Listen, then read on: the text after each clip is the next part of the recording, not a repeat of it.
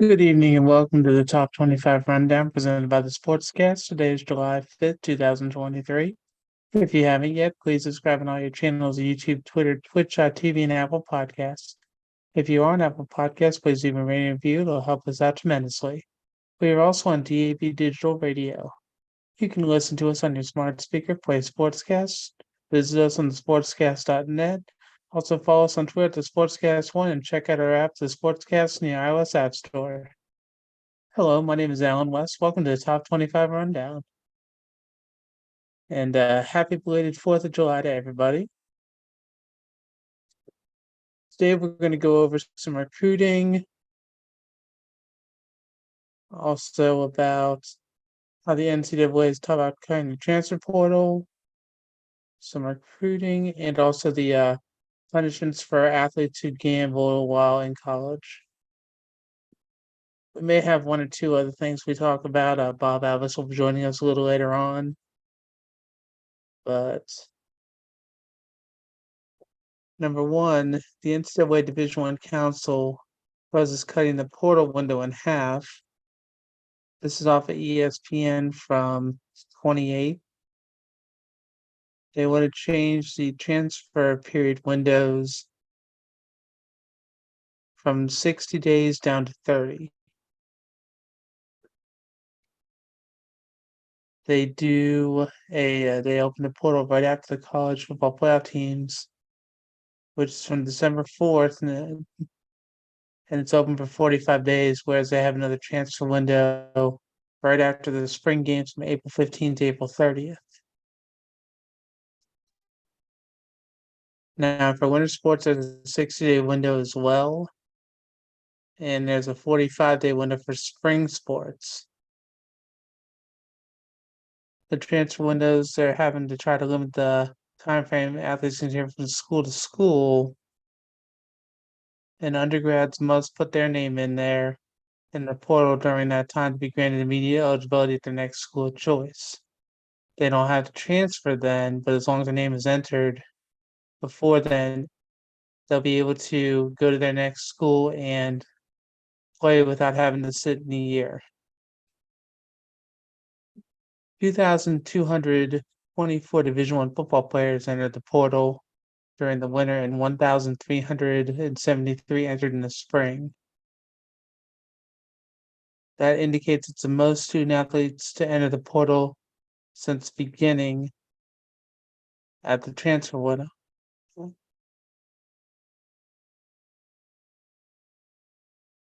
The council says it's going to gather additional feedback and decide about possible amendments during the summer, and it's going to have a vote in October. So we're going to see how that goes, but that's something I'm definitely going to bring up with Bob, because transfer portal is a gift and a curse for some teams, and also just how long, like during that 45 days right after the football season. I did see a lot of players that left there, and then some players decided that they wanted to see how the spring game would go, just to see how they were utilized by their coaches. And after that, for some of them, they just said, okay, we're leaving now and we're going to see how that goes.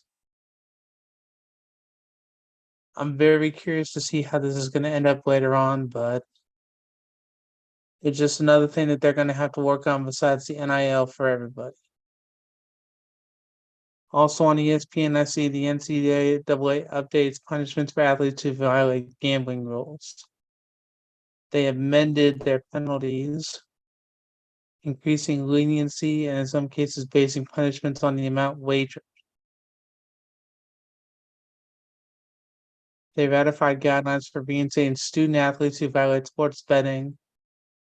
Betting by the athletes on any sports is prohibited and in the past resulted in the loss season of eligibility. The new guidelines are: if the student athletes are found to have engaged in activities to influence the outcome of games they're involved with, provide information to individuals involved in betting, they'll face potential loss of collegiate eligibility. And this applies to student athletes who bet on their own games or other sports at their own school. Student athletes who bet on their own sport but not involving their score are subject to a potential loss of 50% of one season. For all other wagering-related violations, the cumulative dollar value of the wagers will be taken into consideration when determining the punishment. Bets totaling $201 to $500, for example, could result in a loss of 10% of a season of eligibility, plus rules and prevention education. Bets totaling more than $800 could result in a loss of 30% of a season eligibility, plus rules and prevention education.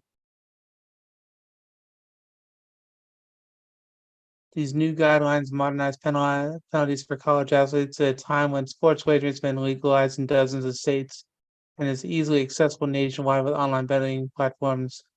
Alex Spraker Gilbert, athletic director at Jacksonville and chair of the Division I Legislative Committee, said in a release announcing the changes.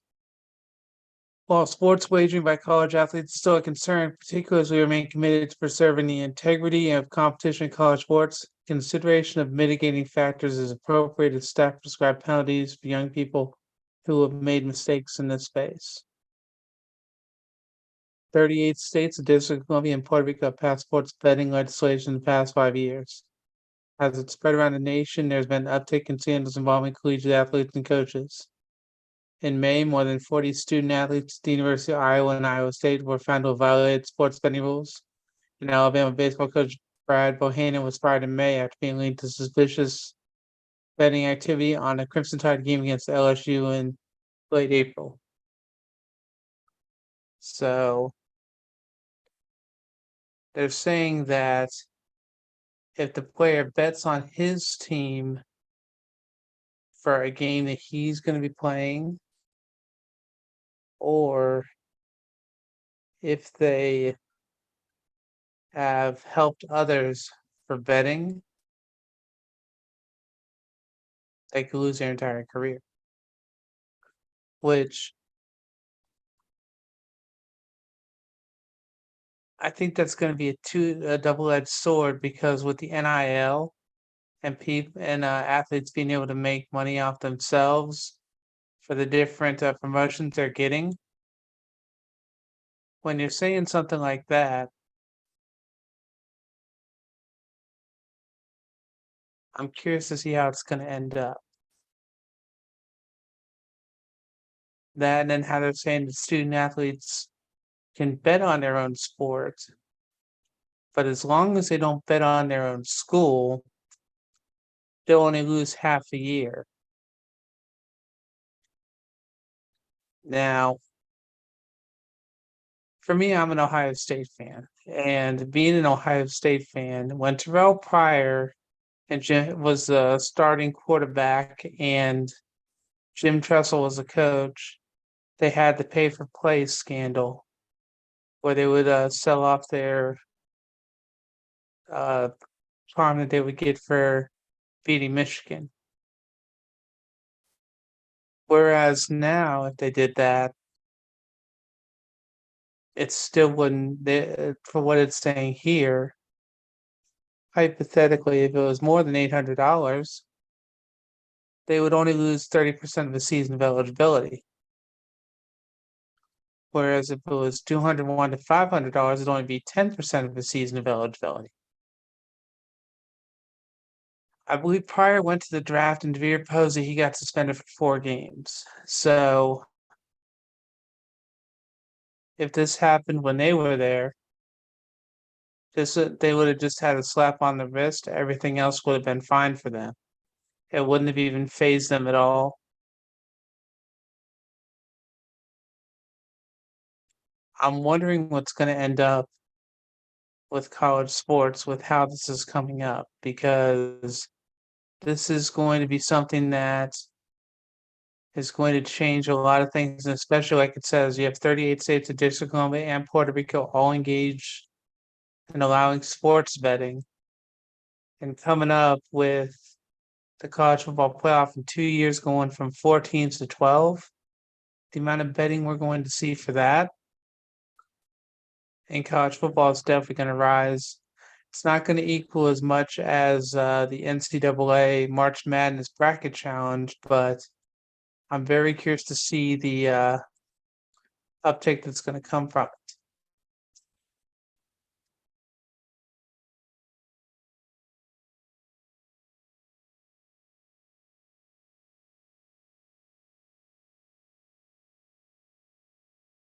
In college football recruiting news,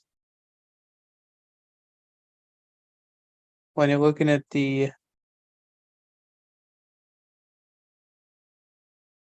top 5 that have just are considered the impact commits, you have Dylan Raiola, quarterback at Georgia, the second-ranked player for ESPN.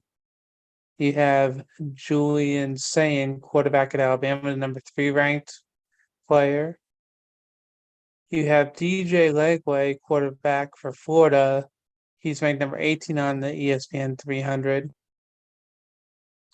Then this weekend, Justin Scott, defensive tackle, he committed to Ohio State. He was listed as number 4 defensive tackle. He was considering Michigan, and the thing that he announced, the reason why he chose Ohio State over Michigan was because he wanted to be in Larry Johnson's tutelage because of the standard that Larry Johnson had not only at Penn State but now at Ohio State. The last of the top 5 is Jaden Davis, quarterback. He committed to Michigan, and he's ranked 114 in the 300.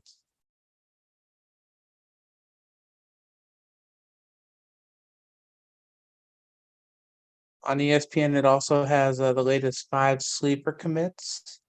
You have Will Hammond, quarterback at Texas Tech, 4-star for the ESPN 300. You have Carter Nelson, the tight end. He committed to Nebraska. He's ranked 185th. He was the top tight end in the whole state of Nebraska, and he stayed in state. Andre Evans is a quarterback who committed to LSU. His rank in the 300 is 213. Luke Reynolds, a tight end. He committed to Penn State. His rank is 253rd. Then you have Elijah Newby. He's a linebacker. He committed to USC. His rank in the 300 was 245. Then you have some commitments coming up, including Daniel Calhoun, who is ranked 110 in the ESPN 300.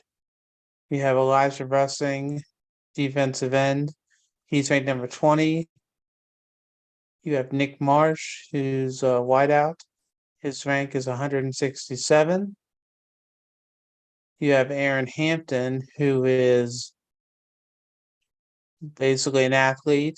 His rank is 145.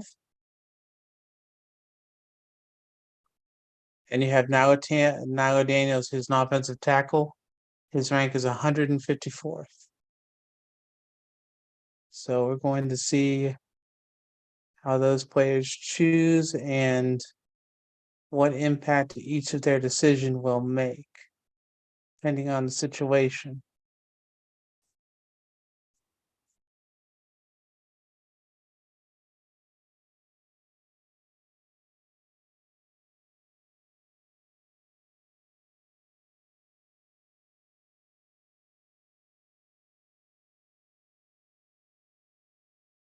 Last week, while we were on the air, the NHL had their draft.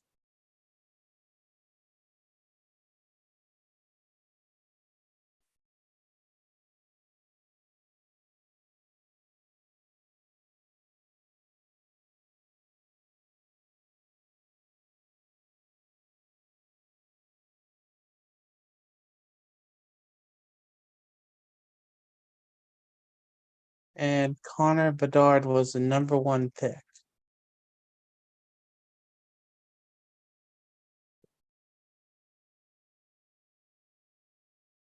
by the Chicago Blackhawks. The Anaheim Ducks had Leo Carlson, the 2nd pick. Columbus Blue Jackets had Adam Fantilli, the center. The San Jose Sharks had William Smith as center. The Montreal Canadiens had David Reinbacher, a defenseman. The Arizona Coyotes had Dmitry Simashev, a defenseman. The Flyers had Matvei Mikhail, a right wing. The Capitals picked Ryan Leonard, a right wing. Detroit Red Wings picked Nate Danielson, a center. The St. Louis Blues picked Dalibor Dvorsky, a center. The Vancouver Canucks picked Tom Willander, a defenseman. The Arizona Coyotes picked Daniel Butt, a left wing. Buffalo Senators picked Zach Benson, a left wing. The Pittsburgh Penguins picked Braden Yeager, a center. The Nashville Predators picked Matthew Wood, a right wing. The Calgary Flames picked Samuel Honzek, a left wing. The Detroit Red Wings picked Axel Sandin Felica, a defenseman. The Winnipeg Jets picked Cody Barlow, a left wing with the 18th pick. Blackhawks picked Oliver Moore, a center with the 19th. Seattle Kraken picked Edward Zoll, a left wing with the 20th. Minnesota 21 picked Charlie Stramel, a center. The Flyers with the 22nd pick chose Oliver Ponk, a defenseman. The New York Rangers chose Gabriel Perreault, a right wing. The Nashville Predators with 24 picked Tanya Molenbeek, defenseman. St. Louis Blues with the 25th pick picked Otto Stenberg, a center. San Jose Sharks picked Quentin Musty, a left wing. Colorado Avalanche picked Calum Ritchie, a center, with the 27th pick. 28th pick was the Toronto Maple Leafs with Easton Cowan, a right wing. The St. Louis Blues with the 29th pick chose Theo Leinstein, a defenseman. With the 30th pick, the Carolina Hurricanes picked Bradley Nadeau, a left winger. 31st pick, the Colorado Avalanche picked Mikhail Gulyayev, a defenseman. And with the last pick in the first round, the Vegas Golden Knights picked David Edstrom, a center.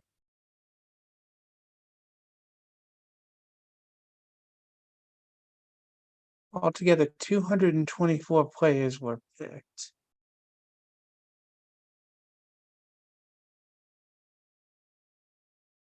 So for round two, you had Nico Mijatovic, a left winger. 34, you had the Blue Jackets with Gavin Brenly, a center. The Blackhawks at 35th took Adam Gajan, a goaltender. San Jose at 36 picked Casper Hatunen, a right winger. Tampa Bay at 37 picked Ethan Gauthier, a right winger. Arizona at 38 picked Michael Harabal, a goaltender. Buffalo at 39 picked Anton Wahlberg, a center. Washington at 40 picked Andrew Cristal, a left winger. Detroit at 41 picked Trey Augustin, a goaltender. They also picked at 42 and chose Adam Gibson, a defenseman. Nashville picked at 43 and chose Felix Nielsen, the center. Chicago at 44 picked Roman Kantsarov, a right winger. Buffalo at 45 picked Maxim Strabak, a defenseman. Nashville at 46 picked Colin Lind, a left wing. Detroit at 47 picked Brady Cleveland, a defenseman. Calgary at 48 picked Etienne Morin, a defenseman. New York Islanders at 49 picked Danny Nelson, a center. The Kraken at 50 picked Carson Remkoff, a left winger. The Flyers at 51 picked Carson Barneson, a goaltender. The Kraken at 52 picked Oliver Fisker Mogart, a center. The Minnesota Wild picked Rasmus Kumpulainen, a center. The Kings picked number 54, and they chose Jacob Dvorak, a defenseman. Chicago Blackhawks picked at 55, and they chose Martin Miziak, a right winger. Edmonton Oilers picked at 56. They chose Bo Akey, a defenseman. Seattle Kraken at 57 picked Lucas Dragicevic, a defenseman. New Jersey at 58 picked Lenny Haminaho, a right winger. Anaheim at 59 picked Casey Terrence, a center. They also had the 60th pick, and they chose Damian Clare, a goaltender. Dallas had the 61st pick. They chose Tristan Bertucci, a defenseman. Carolina chose at 62. They picked Felix Unger Sorum. He's a right winger. Florida is at 63. They picked Grayson Sachin, a center. And the last pick in the second round, Minnesota picked Riley Height, a center.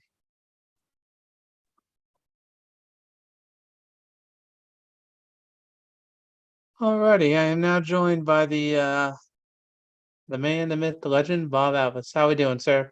How are you? I'm doing okay. Doing okay. I was taking a look at some of the changes that ESPN talked about for the NCAA. I don't know if you've looked at them yet or not. Haven't seen them all. Okay, I was reading the ones about their gambling and how they want to cut down on the transfer portal. Okay. So we'll do the transfer portal first. Oh, Because I love the transfer portal. oh, trust me, you'll love this. Because I'm gonna read the article to you right now, and then if you think you love this, then wait till you get to hear about the gambling. Because both of these, I think we both have very strong opinions on. So, according to Tom Van Haren, ESPN staff writer, the NCAA Division I Council proposed changes to transfer period windows that would reduce the total number of days student athletes can enter from 60 down to 30. Did you know the big time for the portal is between December 4th, when it's open for 45 days, and then the other window is right after the spring games, usually from the 15th to the 30th. Then it talks about for winter sports as a 60-day window that begins with the given sports championship selection, and there's a 45-day window for spring sports that begins with the sports championship selection. Now they're saying the transfer windows are created to limit the time frame from which athletes can transfer from school to school. And they say the undergrads, they must enter their name in the portal during those times to be granted the immediate eligibility instead of having to sit out for a year. They're not required to transfer during those dates, as long as their name is entered. So apparently during the winter, 2,224 Division I football players entered during the winter, and another 1,373 entered during the spring.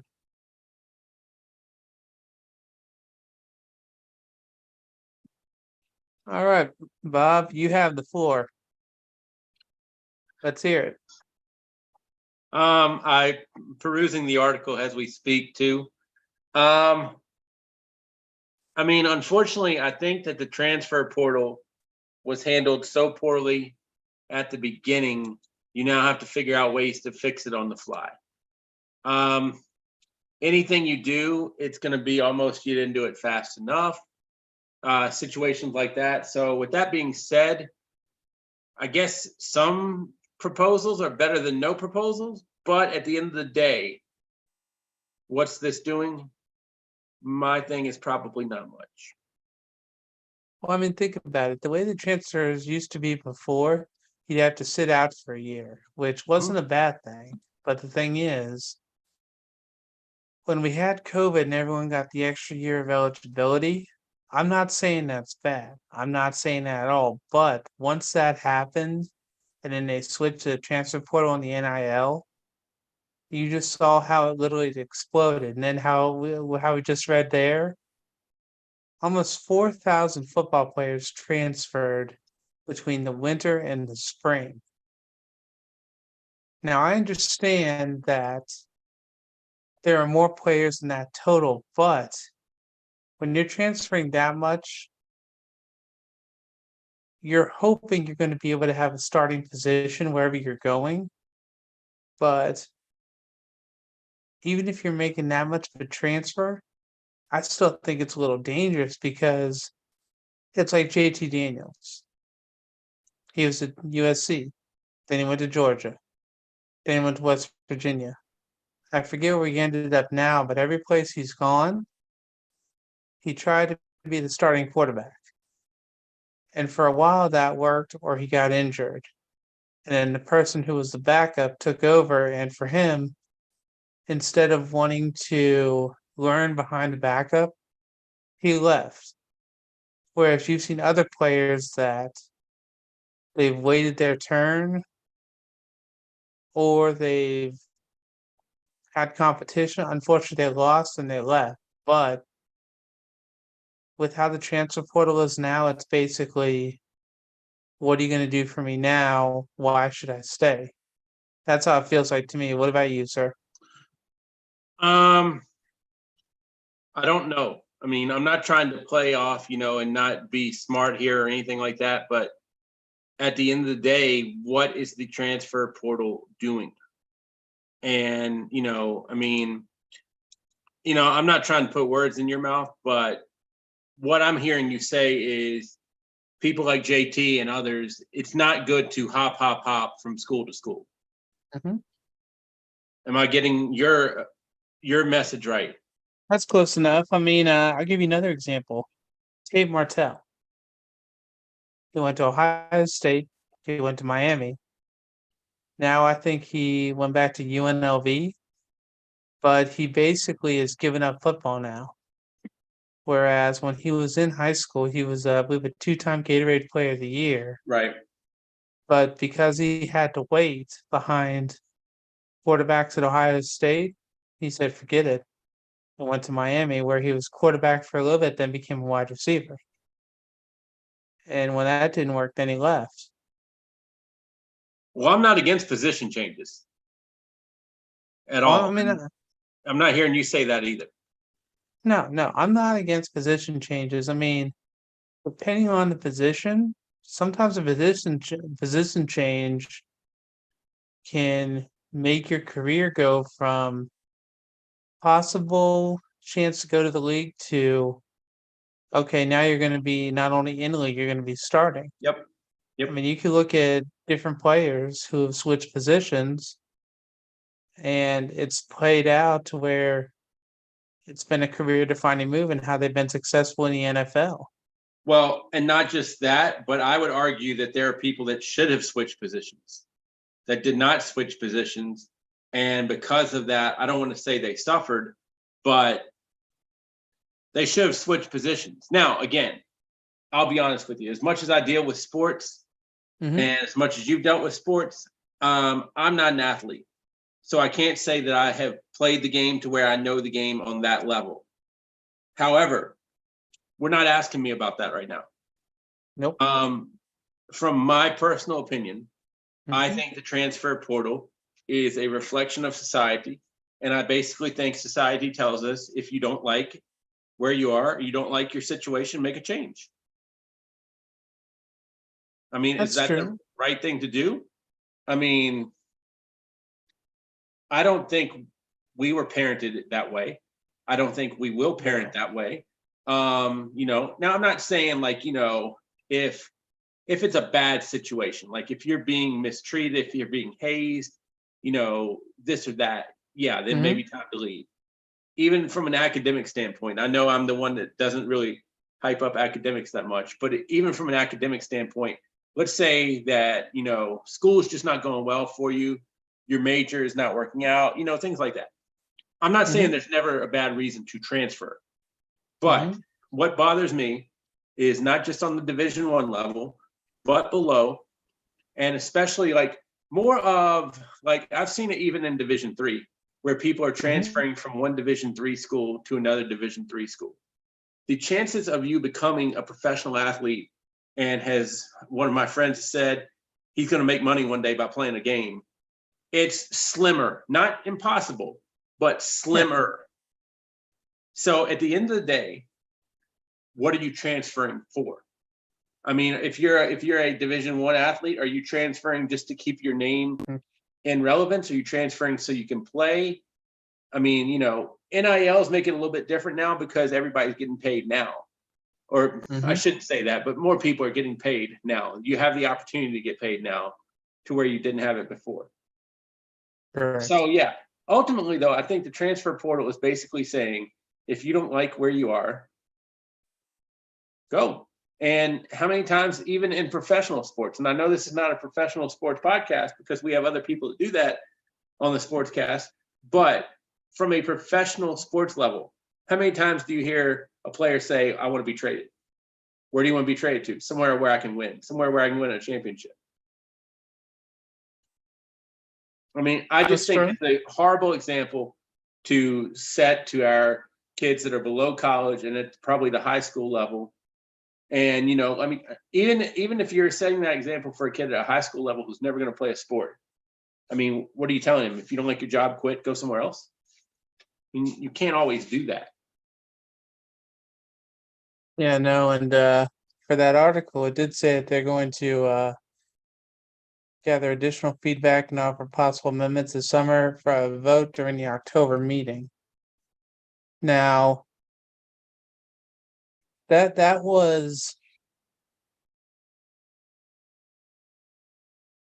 somewhat disconcerting reading that article, but then reading the gambling article, I already made a comment, and I'll make my comment again with you. But I'm reading how it talks about the penalties for the student athletes who violate the gambling policy. They're increasing leniency in basing punishments on the amount wagered. So basically, here are the new guidelines. You ready? I'm ready. So student athletes found to have engaged in activities to influence the outcome of games they are involved with or provided information to individuals involved in betting will face a potential permanent loss of collegiate eligibility. The guideline applies to student athletes who bet on their own games or on other sports at their own school. So that's the first one. Okay. Here's the next one. Student athletes who bet on their own sport but not involving their school are subject to a potential loss of 50% of one season eligibility. And then we have the last one. For all other wagering related violations, the cumulative dollar value of the wagers will be taken into consideration when determining the punishment. Bets totaling between $201 and $500, for example, could result in a loss of 10% of a season of eligibility, plus rules and prevention education. Bets totaling more than 800 could result in a loss of 30% of a season of eligibility, plus rules and prevention education. I mean, I understand that they want to try to be proactive about how they're going to try to keep players from betting per se. But when I'm hearing that, hypothetically, they could bet on their own sport as long as it's not their school, and supposedly they could get half a year suspension. I don't know if I completely believe that, although spending between $201 or $500 a wager would be 10%, whereas up to $800 would be 30% suspension. Now, the reason why for me, I have an issue with this, being I'm an Ohio State fan. Remember when Terrell Pryor had the tattoos for the gold pants? Yep. I mean, him and DeVere Posey were the two that really got took the hits for that. But the thing is, if they did that now, Yep. they'd maybe get 10%. Yep. Whereas then they had to vacate the wins and Tressel had to leave, which there were other issues about that I'm not going to go into. But the thing is, just watching how doing that, in some ways, for some of that, it feels not even like a slap on the wrist.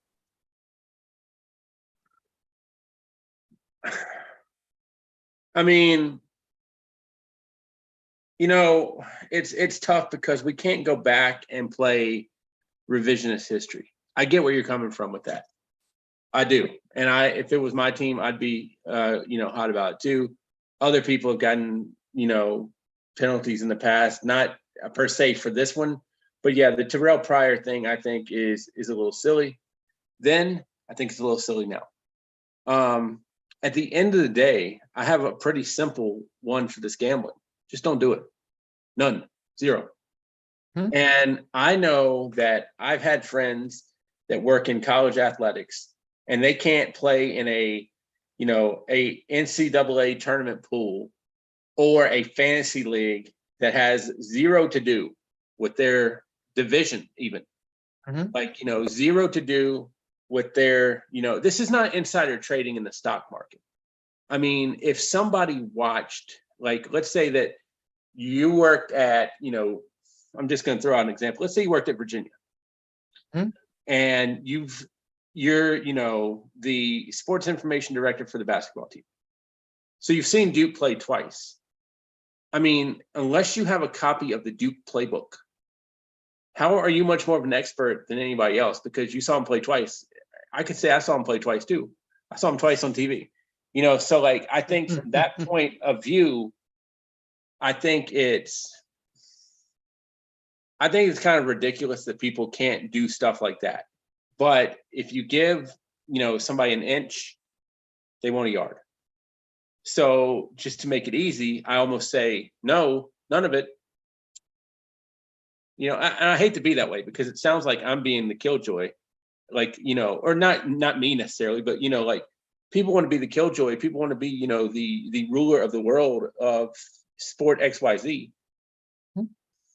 I mean, I don't know if I want to be the ruler of the world or the sport XYZ czar, but, like, I think the more we can eliminate gray in the world, the better. True. I mean, probably one of the most famous bettors for college football, unfortunately, was another Ohio State player, Art Schlichter. And I mean, just how he was. He literally, if this was now, he would have been banned completely. And Yep. I mean, he got lucky in college. Unfortunately, he didn't learn his lesson even up until a few years ago and got in trouble. So I mean, it just, even though gambling is allowed, I think it's going to tarnish how some people are. Because I mean, one of the other things in the article, it talked about Bohannon, the Alabama baseball coach. Right. Why he got fired because apparently he gave information about playing LSU when they were playing them. Right. Which unfortunately you can't do. Yeah, I mean, but my thing on that a lot is when I remember when Spygate happened and people got all up in arms about that. And, like so and so is filming practices, so and so's got a playbook. My point is you still got to stop them. You might know the play that's coming, but you still got to stop it. Just because you filmed a practice, yeah, I mean, it's not like you mic'd people up. So I think stuff like that is a little overrated. But I understand at the end of the day, you can't be doing that. I mean, you just can't. You got to use common sense. I mean, I don't know if we need an ethics czar. I don't know. Like, I'm smart enough to know that I don't like to complain about a problem without having some type of solution. But I can have an opinion on anything. True. I mean, here's the thing.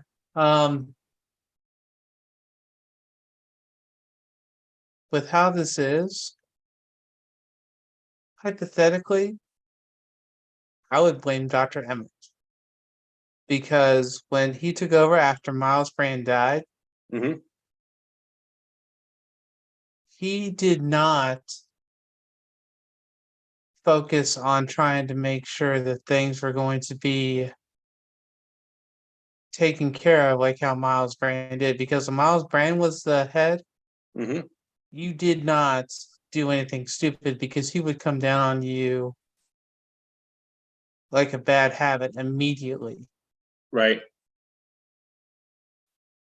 Whereas Mark Emmert, he kind of just like, oh, it's okay. We can get around it. It'll be okay. Whereas when you saw Miles Brand, but you did what? Okay, you're done. Right. Right. Because you saw that for the commissioners, even before Brand, you saw that the other commissioners, think about it. Alabama had a death penalty. Hmm. Uh, SMU had a death Hmm. penalty. Yep. We even had a death penalty since, but the thing is, You Mark and me Emmert have? said, huh? You said you and me have had a death penalty? No, no, no. I'm saying, nice try. I like that. I like that. But no, I'm saying that since Mark Emmert took over, Right. there has been no accountability. Right. Because you've seen a lot of people get away with a lot of stuff, including, let's be honest, even though I'm an Ohio State fan, just how Georgia's football team, to some of the stuff that's happened this year for them, Yeah. I mean, seeing that and seeing how certain other issues are, Hmm. if you don't have a strong leader, you see how basically stuff has slipped through the cracks. And instead of trying to fix it, it feels like a lot of things that have happened have been more covered up than actually having accountability. I mean, I've heard teams that have wanted to leave the NCAA. I'm not saying they would, but at times you can just tell how well the monkeys are controlling the asylum for certain sports and just how they're doing certain things. Right. Well, let me ask you this in terms of some of this betting. Okay. Let's say that Allen West is a star wide receiver at Ohio State, and Allen West wants to bet on a sporting event, not involving his team, but maybe involving his team. But it doesn't matter. Allen West just wants to bet on a sporting event in college. Allen West has a friend named Bob Alvis. He says, "Here, Bob, here's $50. Go bet it on Alabama and West Virginia today." Bob Alvis didn't bet it. Allen West bet it with Bob Alvis's money. So technically, Bob Alvis did bet it. That stuff's going on. You're not going to be, unless you tap everybody's phone, unless you tap everybody's email, unless the government and the NCAA start doing things that is way beyond their pay grade. I mean, I don't know what point I'm trying to make, and it's not because I'm talking late or anything like that. But at the same time, you've got it. You can make all the rules and regulations you want, but at the end of the day, any rule and regulation you make is going to be broken. What's the important one to you? If it's what the NCAA has now, great. Enforce the important one. But if you think you can get the problem to go away, I mean, that's like when in the 1980s when the war on drugs came out. You can't eliminate every drug. Mm-hmm. I mean, you can't.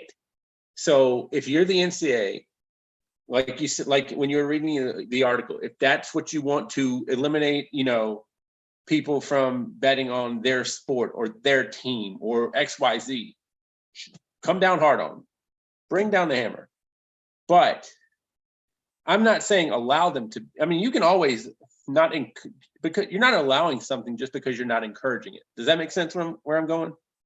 Mm-hmm. So yeah, I mean, I think it's an issue, but how big of an issue? How do you rectify the issue? How do you police the issue? That's where I'm kind of coming at it from. Man, I'm still curious to see how it's going to go because you saw that Nicholas Petit Frere, regarded for the Titans, Mm-hmm. he just got suspended for 6 games Mm-hmm. because he bet. Do you know the reason why he got suspended for 6 games? You don't, do you? Well, I'm waiting for you to tell me. I want you to tell me the Okay. reason. I don't know if you know. It's because he made the bet at the Titans training facility. Right. It's not that he made the bet at all. It's because he made it at their training facility. So he got suspended for 6 games. Do you have a problem with that? I don't. But here's why. If you're going to make a bet and you're getting paid a lot of money, if you want to make the bet, don't make a bet while you're at work. Right. If you're at home, if you're out with friends, if you're doing anything like that, it's okay. But when you're at work making that bet, you're asking for trouble. Because But that's mixing business and personal. sure. But also, I think it comes back to, at the end of the day, what is your employer's? Now, if you're an NFL player, your employee is the Tennessee Titans or whoever you play with, and then it's the NFL. So if the employer says don't bet, I'm just using that as an example. I don't care if you're with friends at home or wherever. Don't bet means don't bet. If you are, if you're at work and they say don't use the work computers for personal use, or don't do your personal business at work. To me, your personal business means whether you're gambling, whether you're creating shopping lists, whether you're watching YouTube, if it's not affecting your work. I have a strong feeling that the bet he made was not affecting his work with the Tennessee Titans. You know what I'm saying? So, I mean, Calvin Ridley got suspended for a whole year last year. I don't pay a ton of attention to sports betting because I don't view it as a major problem. I mean, if you ask any baseball fan, which I am, and gambling comes up, guess what comes up right after? It's always Pete Rose. Always. And I like Bob Costas a lot. And one of Bob Costas's big things about Pete Rose was when Pete Rose allegedly was betting on the Reds when he managed them. On the night where Pete Rose did not bet, now he never bet against the Reds. He always bet on the Reds. But on a night where Pete Rose did not bet the Reds, was that a bet against? And on a night where he did bet on the Reds, is he going to stretch his starting pitcher out? Instead of pitching him 6 innings, he's going to pitch him 7 1/3 because he's got the bet. I mean, at the end of the day, I have gambled in my life before. I have bet on some sporting events. I'm sure you have as well, not to put words in your mouth. But I mean, at the end of the day, I'm not running a team. I'm just a fan watching the game. But even if I was involved with the team, I don't know that I need to explain my betting strategy to other people. You know what I'm saying? I think when people get into this, it's a lot of, at the end of the day, I don't want to say who cares, but who cares? I mean, and I'm not saying that from this point, but I'm just saying it from if the NCAA, I always say it this way in general life lessons with Bob Alvis. Sign up right now. What sword do you want to follow on? What sword are you willing to follow on? Chances are, if you fall on a sword, it could mean the end of you. But what sword are you willing to follow on? If this is a sword you want to follow on, then, I don't know if you've ever watched a movie with a sword fight, but I have watched a few. And what I have noticed is you don't just normally fall on the sword. There's normally some type of duel. You're getting ready. You know that the other person is going to come with their sword. So are you willing to fall on that sword if you can get your cause? And honestly, I don't think a lot of people are. True. And I mean, the thing was for the Titans, after he admitted what he did, they came out with a statement saying, hey, he had a lapse.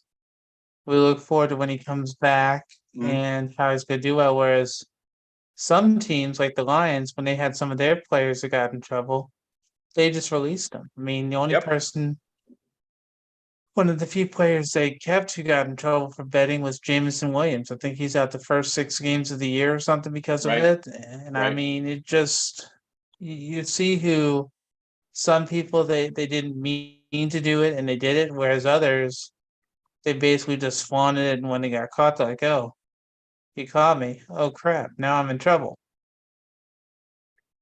Which Well, and at the end of the day, I think from a team perspective, what headaches are you going to put up with and what headaches are you not? that's fair. That is And, definitely fair. like, honestly, I don't know the answer to that because I'm not running a team. Um, but yeah, I mean, honestly, my favorite thing about sports, Alan, is to watch the games. And I feel like I don't want to say that this interferes with me watching the games, but like when I watch sports, I want to watch sports. If I watch ESPN, I want to watch ESPN. And I think so many people get turned off on things because they feel like they're not watching the sport. They feel like they're having to, wade through a lot of stuff before they can watch their sport. And I hate it that it is that way. That is true. And I mean, when you want to talk about betting, Hmm. you don't have to look any further than NCAA March Madness. Think about Yep. how many people bet so much money on there. So I mean, it feels in a way like this is asking for trouble, but we're just gonna have to see how it ends up because I want to see how this is going to work. Although, Bob, I've got a good example. You're gonna love this. You All ready? right. Hit me. San Diego State. How they announced that they were going to try to leave the Right. WAC because supposedly they had a conference that was going to let them in. So they were trying to figure out a way to get around the exit clause. Now, they said that about a week or two ago, right? How they were going to try to leave. Right. Apparently, the team that admitted or the conference that was going to do that backed out. Okay. So now they're going to stay. Now, the reason why this is kind of ironic and entertaining is the athletic director for San Diego State. You know the award he just won, right? Right. Athletic Director of the Year. And then Right. he's willing to go out on a limb like this, and then it finds out that he lost what he was trying to bet on. He basically bet the farm on. And Right. so, I mean, how do you think the WAC's going to feel about them now? Because how they did that and now they're not going to. And now I mean, I think they're going to be the black sheep of the conference, honestly, because they're not going to have other teams aren't going to trust that they're going to stay. Yeah, I mean, I agree with a lot of what you said right there. I think it's a lot of times when you say, "Hey, I want to leave and I want to go here," and it doesn't work out, and then you have to stay. It's kind of like really awkward. And Mhm. like I don't know that like I honestly don't think a lot of other schools want schools to be moving a lot because I think a lot of people want to keep geographic travel because let's again take football and basketball out of the equation. A Mhm. lot of people I think want to keep their Olympic sports travel to be as close as it can be. San Mhm. Diego State in the Mountain West right now, if they look to move, then you can be looking to move the travel. But when you're in that Mountain West WAC area, guess what? Most all the schools are pretty much, I don't want to say right there, but you're not doing what Middle Tennessee State's having to go to UTEP type thing, or what Conference USA does. And I mean, eventually, I think what's going to happen is you're going to have college football, which is going to be governed by college football. College basketball might be governed by college basketball, and then everything else. Because at the end of the day, you cannot have Florida State traveling to Nebraska for a conference game, which I think is the fear. And I hate to use the term realistic thing that could happen, but it almost is.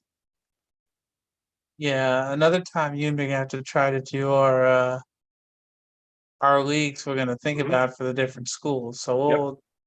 we'll keep that in mind for later on, just Yep. because it'll definitely be entertaining when we get to that. I hate that we have to have these conversations about college sports and we can't talk about the on-field stuff because there's so much good, and we do a good job of that. You do a good job of that. I'm just here for the ride. But like at the end of the day, why we're having to talk about travel, why we're having to talk about gambling, why we're having to talk about this, and why we're having to talk about that. Don't get me wrong. Like, I mean, if we want to debate who's the greatest college basketball player of all time, stuff like that, that's wonderful. But when it gets down to a debate of, gambling and, endorsements and NILs and this and that, it's just like, man, I just came here to watch the game. Can I not enjoy a contest of, my school's playing his school and I want my school to win so I can give him grief for, a while? But unfortunately, we don't live in, I don't know why we don't live in that era, but we don't. And no, I do know why we don't live in that era because everybody's so money hungry and greedy. That's why. True, and I saw a thing on Facebook that I'm not sure if you saw it, but it had the big and little brothers of the college football. Okay. Okay, let me give you some examples. It Sure. has Alabama as the big bro, Auburn as the little bro. Oklahoma as the big bro, Oklahoma State as the little bro. What's the But definition of big bro and little bro in this, just out of curiosity? I don't know, but Yeah. they're trying to say, I guess, who's been winning more. Okay. Although it's coming up, you'll see why I'm a Okay. I didn't mean to interrupt. little annoyed. Yeah, okay. We have Clemson as the big bro and South Carolina as the little bro. Okay. We have Oregon as the big bro, Oregon State as the little bro.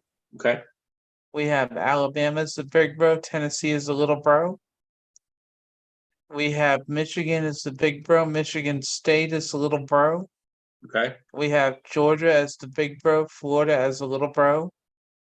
We Okay. have Texas as the big bro, Texas A&M as the little bro. And then this last one I have an issue with for obvious reasons. It has Michigan as the big bro and Ohio State as the little bro. Okay. How many times has Michigan won against Ohio State since the year 2000? Not many. How are they going to be the big bro in this rivalry in the 2000s? I want to know that Right. because sure, they've won the last 2 years for the first time in a while. But if you're going to tell me that they've been beating Ohio State every time, Right.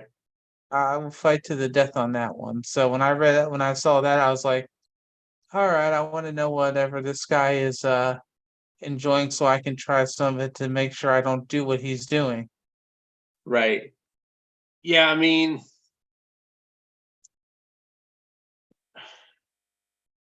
Because I the think a rest of lot of, those were okay.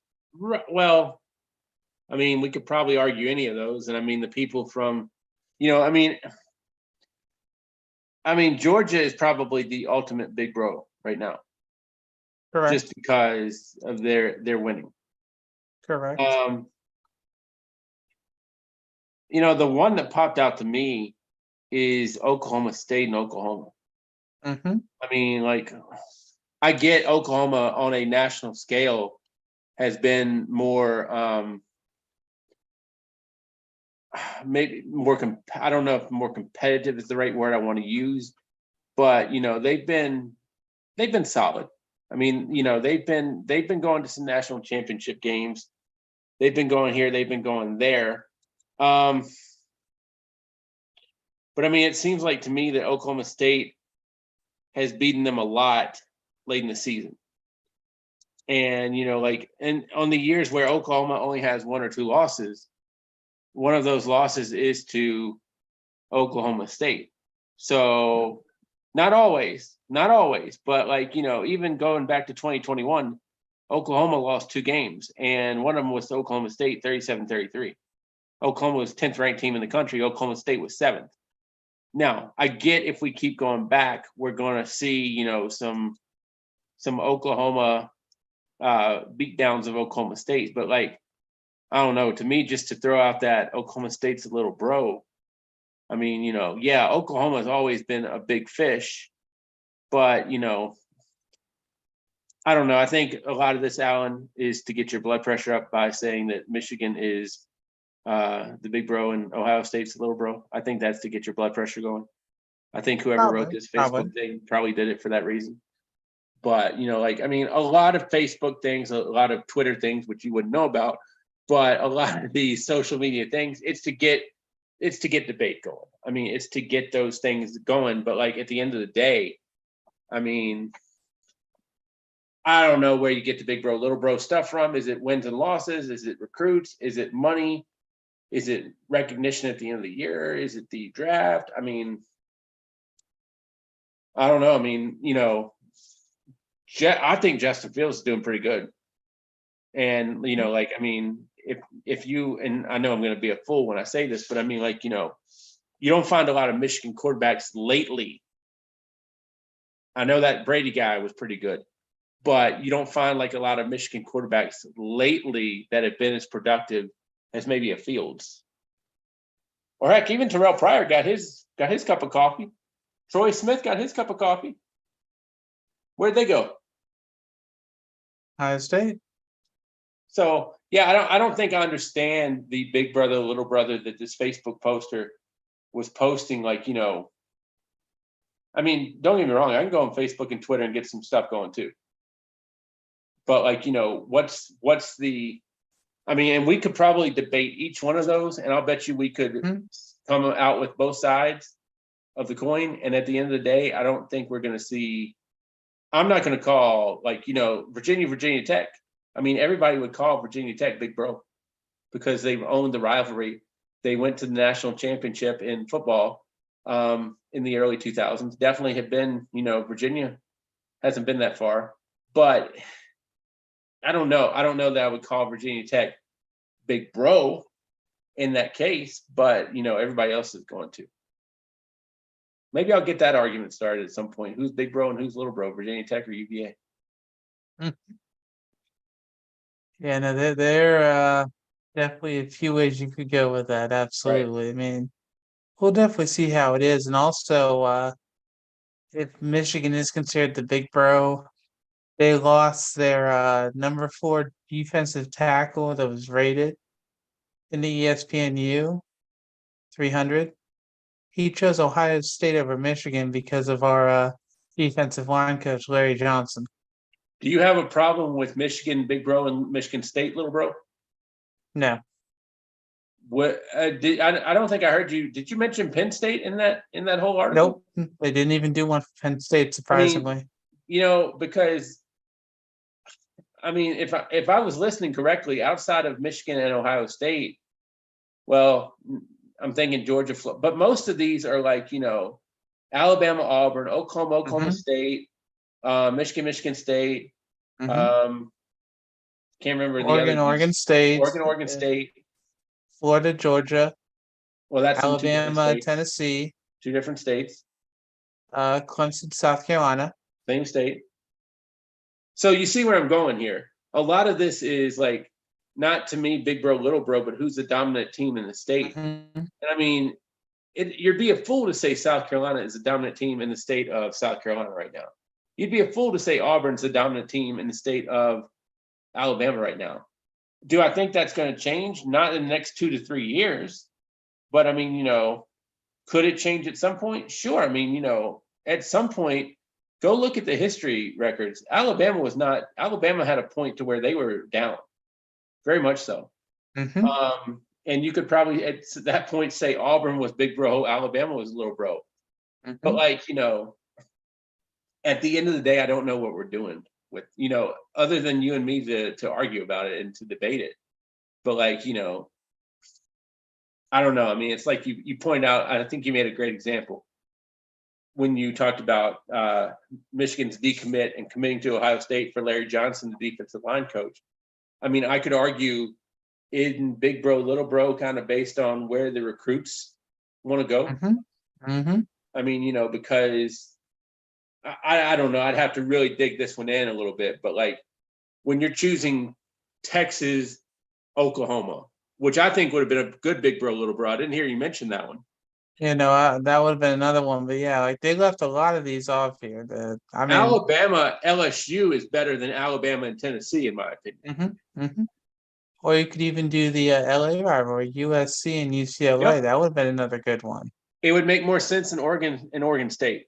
And I'm not trying to take anything away from that, but I mean, like USC is big bro to UCLA. I wouldn't think that's debatable. But at the same time, I don't know. I mean, to me, that's very, very vague in terms of how are we rating big bro and little bro, and like, is it a rivalry thing? Because I mean, we can look at rivalries, Alan, and we can find, school A dominating school B. But I don't know that I would call that big bro, little bro. That's just me, though. I mean, so that's very much, I think, a subjective thing in my eyes. Definitely subjective, but I mean, it just depends on who's willing to make the assumption. I mean, another one we could even do would be West Virginia and Pitt, the backyard brawl. I mean, Yeah. I mean, I would say, to me, when I think of big bros, little bros, and maybe we could work on this for a time or two coming down the line. Name me 5 big bro, and I know one you're going to say. Name me just not who's big bro, little bro, but name me 5 combinations to where schools are not in the same state.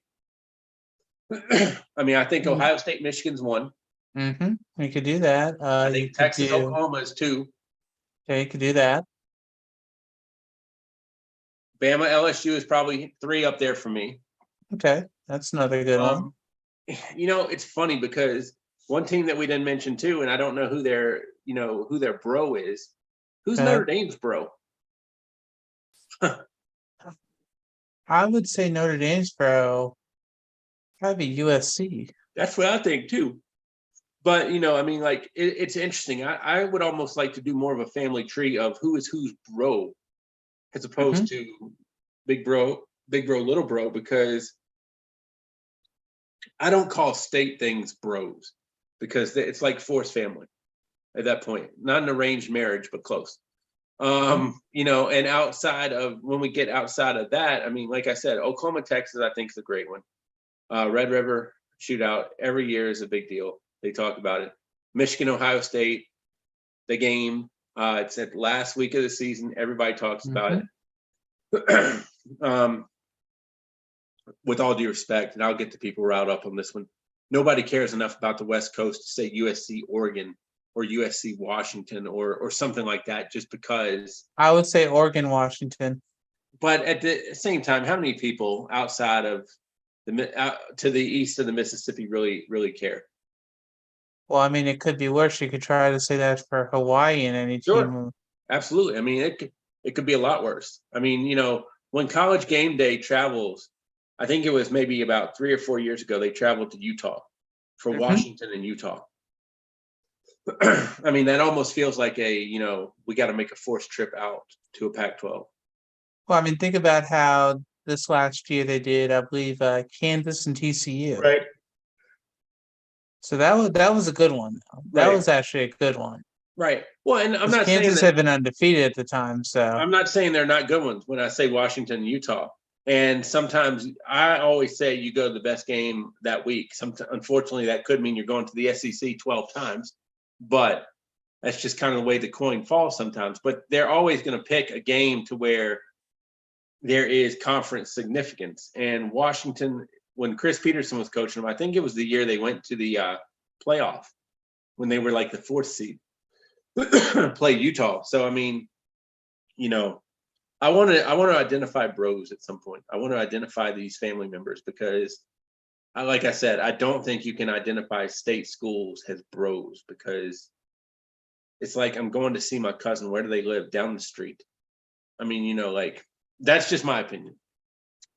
True. I mean, that's why when I looked at that, I was kind of like, this is different and felt kind of biased, honestly, because I mean, if you want to really go down that list and pick out a few, Hmm. I felt there were a few others you could have picked because I mean, you could definitely see the SEC bias in that.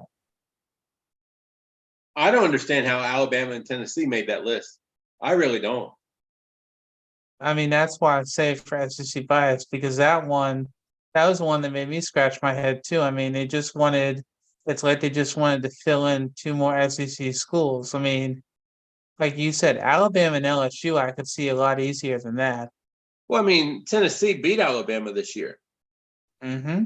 but I mean, like I mean, I cannot tell you many people outside of people that went to Tennessee or people that went to Alabama that are going to say, "Wow, got to get home in time to watch that Tennessee Alabama game," because it just hasn't had that relevance in the past, so on and so forth. People want to watch Alabama Auburn because it's the Iron Bowl. Mm-hmm. People want to watch, the Red River Shootout because it's the Red River Shootout. People want to watch Michigan and Ohio State just because it's always a big game. Mm-hmm. Alabama and Tennessee, I mean, let's be honest. Tennessee's had some dog teams in the past 10 years. I mean, some Mm-hmm. dogs. Mm-hmm. So I'll get off my high horse because that was a high horse I was on. Well, I mean, it was one that actually it was good dialogue because I mean, we're talking about things that we actually agree about and how we want to discuss it. I mean, I'll give you one. If you want to do a big bro, little bro, you can do Army Navy. Yep. Yep. And I mean, like, I don't understand why we're even making some of these people family members. I mean, because it's, and I'm not saying that for you, but I'm just saying, like, I mean, some games are always going to be rivalries, whether they're bros or not. Mm-hmm. I mean, Army Navy's always going to be a big. Army and Navy could go out there and be 2-9, Mm-hmm. and people are still going to care outside of Army and Navy. Maybe not as Oh many yeah. that have before, if they were both 11-0. But I mean, at the same time, how many people care about Notre Dame outside of the Fighting Irish fans if Notre Dame's 4-7 taking on an 8-3 USC team? I mean, the games are only normally as big as the records are. But yeah, it's one of many things I don't understand in this world of that Alabama Tennessee one. I can't even get that out of my head. I'm gonna probably have dreams about that one because I just can't understand how anybody. I mean, if you ask me to name 20 big bro, little bros, I don't even know that Alabama and Tennessee are going to hit in the top 20. No, no, I mean, I not a put chance. Alabama and A&M ahead of Alabama and Tennessee. Mm-hmm. I mean, because I mean, right now they're in the same conference. I mean, I can't put Missouri and Kansas because that's not really a conference battle anymore. But I mean, I can't even put Nebraska and Oklahoma Nope. because it's not a conference battle. But like, I don't know. I Mm-hmm. think maybe to be bros, we almost have to be in the same conference or have a game that is so big it can overshadow a conference game. Yep. But I thought you would like that meme when I saw that on my Got me on one of fired the up. college sites I'm on. Yeah, yeah. I mean, I got to poke the bear occasionally, so I mean, this is at least a good one to poke the bear with. So, because even though for me, when I do this, I admit at times I'm not as prepared as I should be, but I look for the main articles so I know that when we have stuff to talk about, I want to hit the hard stuff, whether Right. it's easy or whether it's something that's going to make us think about, just because then we can get some good input and dialogue because we can agree on a lot of stuff, which is fine. But depending on the situation, it's always entertaining to see what the other's going to say, depending Sure. on how it is, because there are certain things that I won't agree with that you'll agree with, or there are certain, or the other way around. It just depends on what it is and what sport. Well, and at the end of the day, it's not about us agreeing, but like, why are we disagreeing? And Hmm. there are some topics where you have, I think, more passion than I do. There are some topics where I have more passion than you do, but we always have an opinion. I mean, if something's not a big deal to me, like the college gambling, I'll say I don't understand why it's a big deal to Hmm. everybody else. But like, I think you do a great job of preparing and getting ready and bringing these interesting takes to the table that sometimes I don't even think about the topic until I hear it out of the mouth of Alan West. And I really think that you're doing a good job.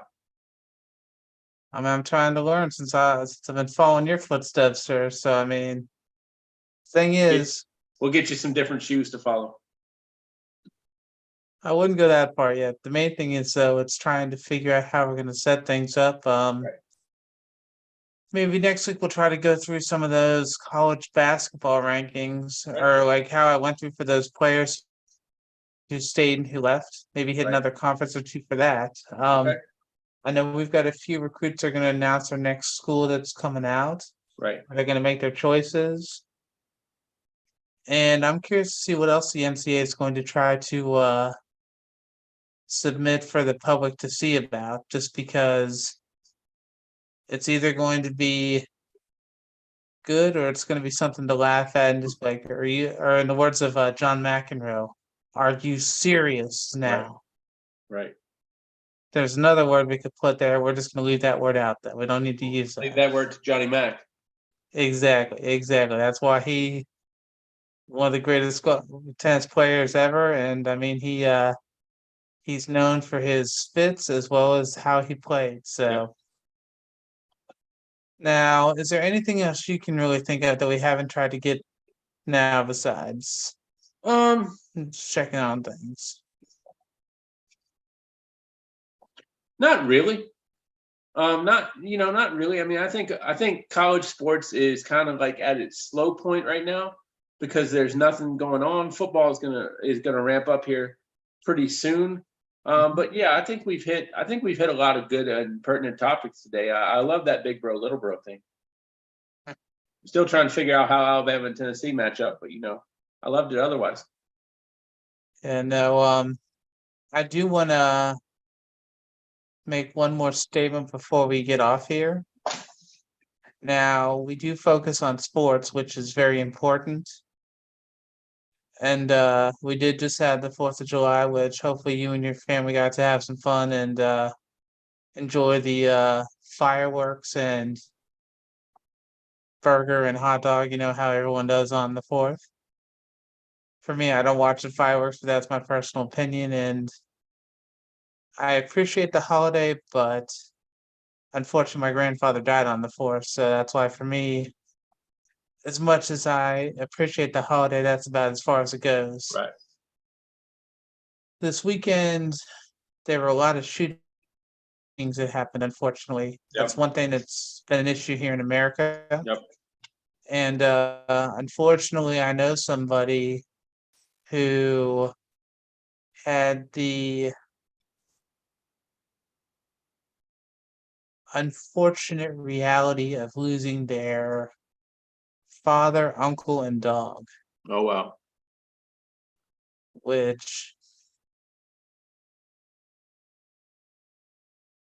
I'm curious to see if we're going to have more issues for gun violence next, coming up maybe for the NCAA or what's going to happen, just because the last time we had the issue for that in college football was the Brian Pata incident. Yep. And for the NBA is when we had Gilbert Arenas and Javaris Crittenden. Yep.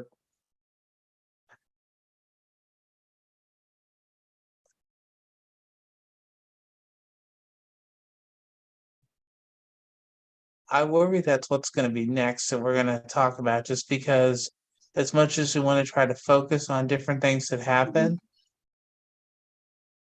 unfortunately, with how things are, Mhm.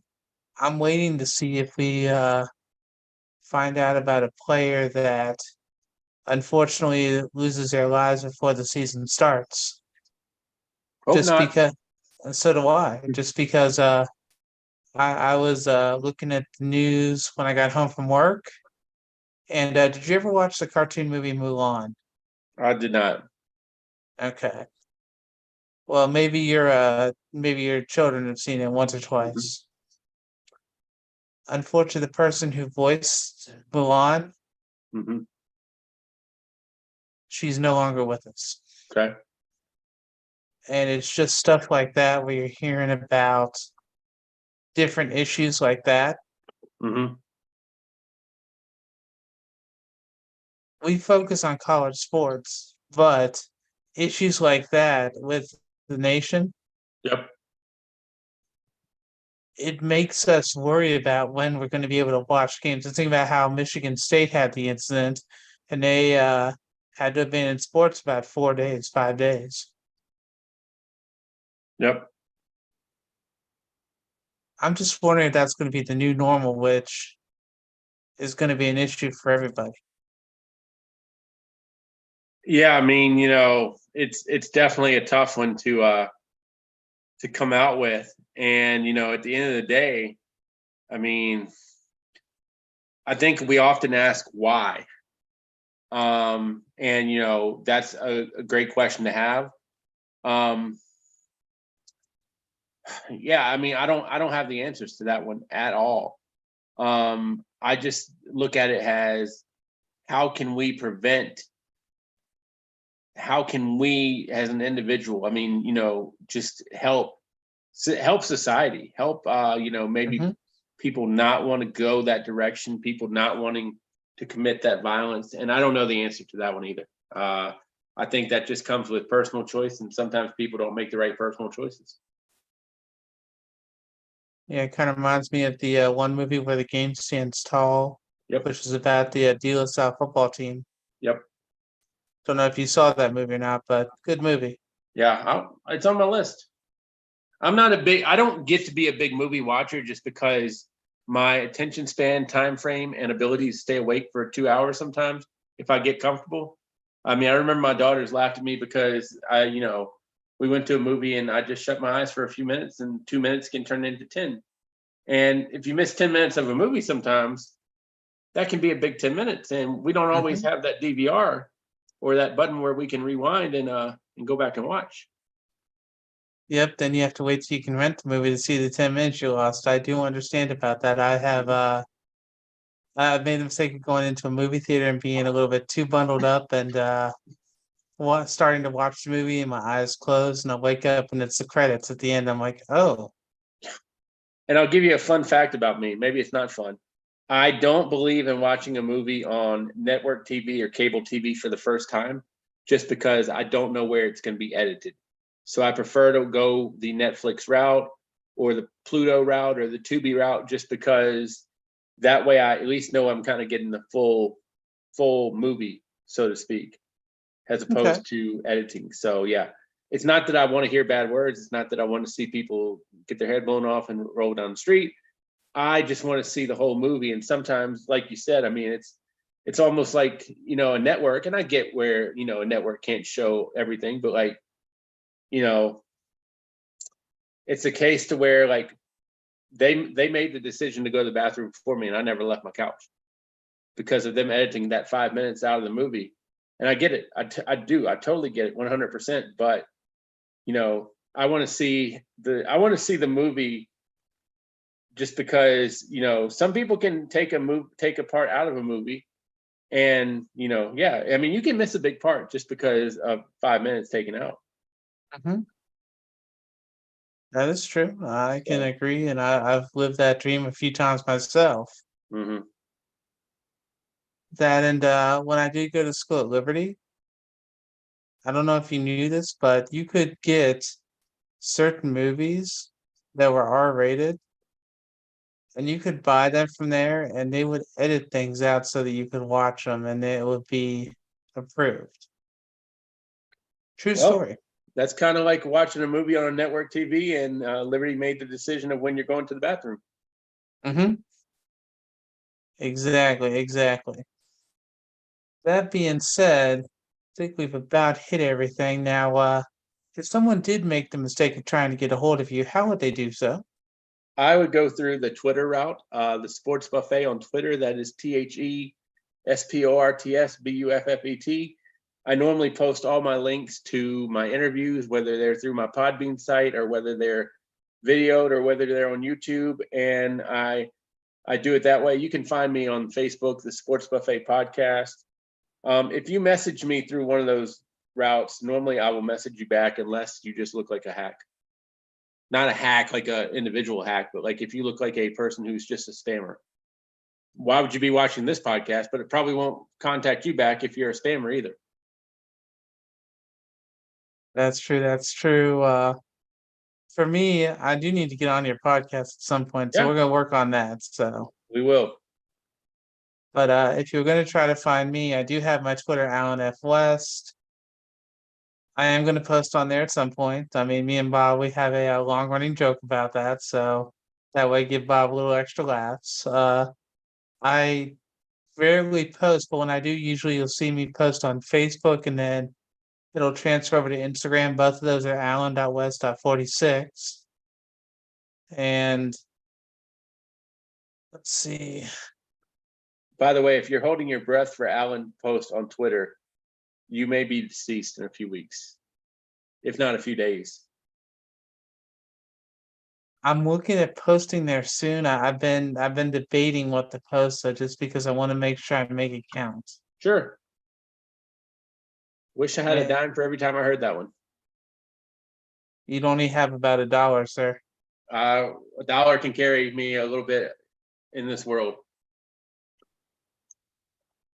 I probably have two, by the way. Oh yeah, $2. Okay, okay. No, maybe I will post about Ohio State soon, just because I talked with my daughter about that, and either I'll post about that or maybe I'll post about the Nationals. What if Just I because mention you in one of my tweets and ask you a question? you can do that, and if I see it, I'll reply back. I just want to make sure. I reply back, sir. Oh, I have no, no I know problem you with will. that. I know you're not rude about it at all. I know you will.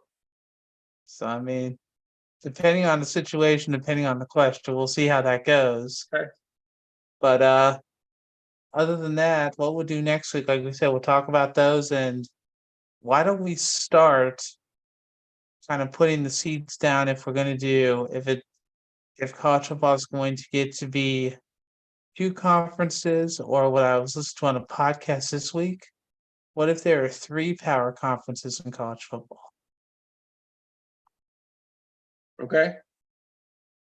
That way, I think you and me can do a little devil's advocate on that a little bit next week, so that we can brainstorm a few of those teams, so we can see how many we get to. Sounds good to me. I'm all for it. So we will figure that out. But like I said before, that is Bob Alvis. I am Alan West. Have a great week. We will see you next week.